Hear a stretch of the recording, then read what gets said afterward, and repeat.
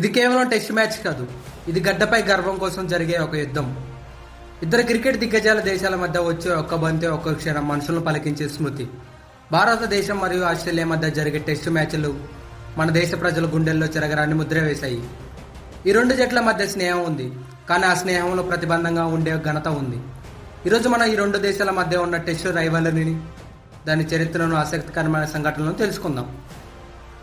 1947లో భారతదేశం స్వతంత్రం దేశంగా మారిన తర్వాత ఆస్ట్రేలియా వెళ్లిన మొదటి టూరు క్రికెట్ చరిత్రలో ఒక గొప్ప అధ్యాయాన్ని ప్రారంభించింది.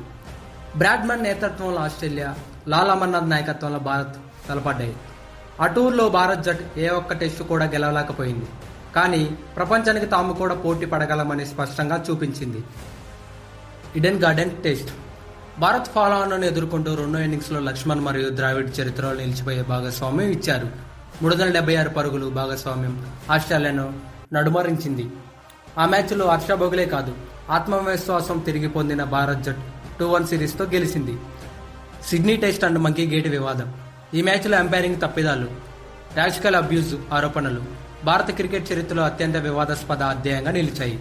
సిడ్నీ టెస్టులో అన్యాయ నిర్ణయాలతో భారత్ ఓడింది. హర్భజన్, సిమోన్ల మధ్య జరిగిన మంకీ గేట్ వివాదం అంతర్జాతీయ వివాదంగా మారింది.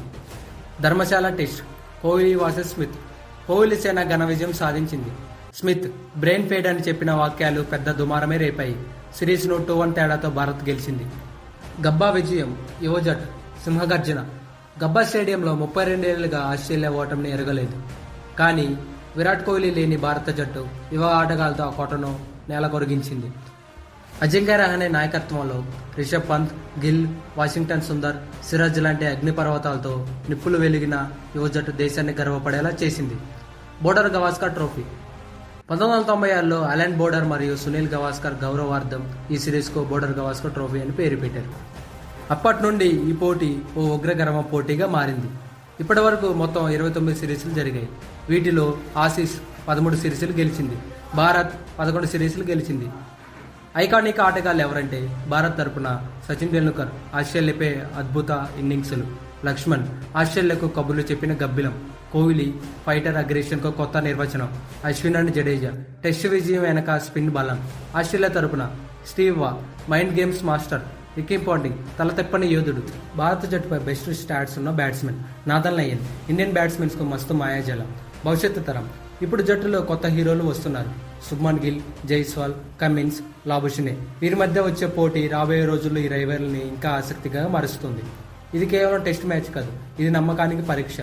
ఇలా భారతదేశం ఆస్ట్రేలియా మధ్య టెస్ట్ రైవలరీ ప్రతి ముక్కలో క్రికెట్ అభిమానుల గుండెల్లో ఊపిరిగా నిలుస్తుంది. మీకు ఏ మ్యాచ్ బాగా గుర్తుంది? మీకు ఏ ఇన్నింగ్స్ ఇష్టం? కామెంట్లో తప్పకుండా చెప్పండి. ఈ వీడియో మీకు నచ్చితే లైక్ చేయండి, సబ్స్క్రైబ్ చేయండి.